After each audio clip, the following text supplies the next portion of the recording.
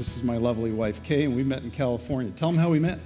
We met in 1969 at a water safety instructor's class. My mom said, you have to get a summer job. And so I thought, well, I'll be a lifeguard. You know, what better job is there to sit in the sun? And luckily, he was in the class. And everyone kept asking me, is that your brother? And I kept saying, no, that is not my brother. And I am glad he's not, because I got my eye on him. And 38 years later, we have 4 grown kids, and 3 of them are married, and we have 4 grandkids. And so we've been on a journey together. And I think a lot of what we're going to share with you in this weekend, we didn't even understand a word of it until about the 15-year mark of our marriage. And there were definitely problems in our marriage that we knew were there, but we just didn't really know what to do about them. And at the 15-year mark, God started to really say, okay, it's time. And so a lot of what we're going to share with you is part of that journey and how we're going to be very real with you and very transparent. I love the motto of this church, real people and a real journey. And I think you're going to get some of that in this seminar. We want to welcome everybody that's here. This is a relationship workshop. It's for married people. It's for people who are single, who've never been married, for people who have been divorced. Anybody that would like to learn more about relationship, we're glad you're here. So we just want to welcome every one of you. To our friends from Des Moines, thanks for coming down and appreciate you making the trek. And from Dallas, hi, y'all. And if there's more than one of you, it's all y'all. So I know that much. Okay, so we're glad you're here. A lot of couples and people relationally, whether you're dating or married, people struggle and they find themselves lost. They don't have a paradigm for understanding this thing of 2 people together. And so a lot of people find themselves struggling with no map. Now, in the past, there's been a very big push to understand or for people to get the differences between the genders. Okay, and a lot of couples work has been done around the theme of gender. You know, men like caves, and they're the hunters, and then they got the gatherers, and you got men are from Mars and women are from Venus, and all that kind of stuff. We're going to share a different paradigm with you tonight. There are gender differences, and I am glad about that. But we're going to share a different paradigm.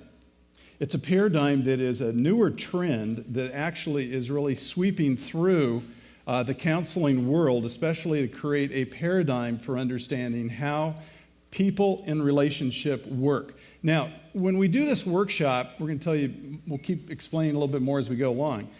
But throughout this workshop, you're going to end up thinking on probably 3 levels. One is you and your original family of origin with your folks. Number 2, you're going to be thinking in terms of your current relationships. And number 3, you'll probably be thinking, what about my kids? Because this material is applicable on all 3 of those dimensions. Okay, so what is your memory? When I was about 8 or 9, a new boy moved into the neighborhood. I introduced him to the baseball team, and he took my position at first base. Wow. And so I remember my mom consoling me, talking to me about, that it was okay, and just being very affectionate and very comforting to me about losing that spot at first base on the baseball team. Do you remember her ever asking you about how it made you feel? Or did she just know? Or do you remember having feelings? Yeah, I think I must have went home and shared with her my disappointment, and then her talking to me about, well, you must be good at other things, and trying to come up with some way to, raise my spirits. Okay. Okay, so that's an example of a mom, at least, it sounds like you came to her. Are you an extrovert? I'm just curious. He is. Okay. Yeah. And the reason the I whole asked... audience just affirmed that you were I think you go to church here, and a lot of people know you, right? Yeah, they know you. The reason I ask is many times extroverted kids are more likely to come tell their parents, oh, this happened or that happened. The introverted kids often, who process things internally, need more pursuing. But, that's a good example of you going to your mom and her trying to really hear what was going on and how disappointing that was for you.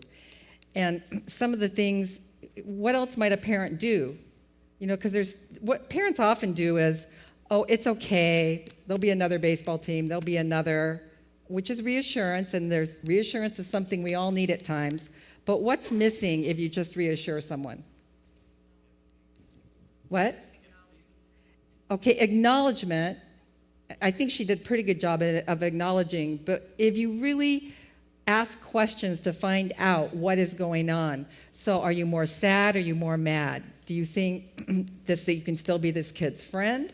Do you feel like, you wished you'd never been a friend to him? Just where you're asking questions to kind of find out a little bit more about what's inside. And if you ever really, that could come up again. You're on the team and you're going to see this over and over. Come let me know when it bothers you again and we can talk some more. But I'm just glad you have a memory. How many people don't have any memory of comfort? Just raise your hand really high, and I want you to look around. Now look around. And understand why we teach this seminar. This is why we teach it right here. I would say a good 70% of you can't come up with one memory, and that would have been true for me. So why don't you share just what that means when you don't have a memory of comfort? If you do not have a memory of comfort, you do not know what it then feels like to be able to take the stresses, the strains, and the painful parts of your life and then bring them into relationship. You don't know how to bring the inner you, the inside you, and outward, externally into relationship. And this weekend is going to be very much focused around the one another's of Scripture. There are many of them in the Bible. And to love one another, serve one another, encourage one another, love one another, serve one another, and comfort one another. And we want to get better at that this weekend.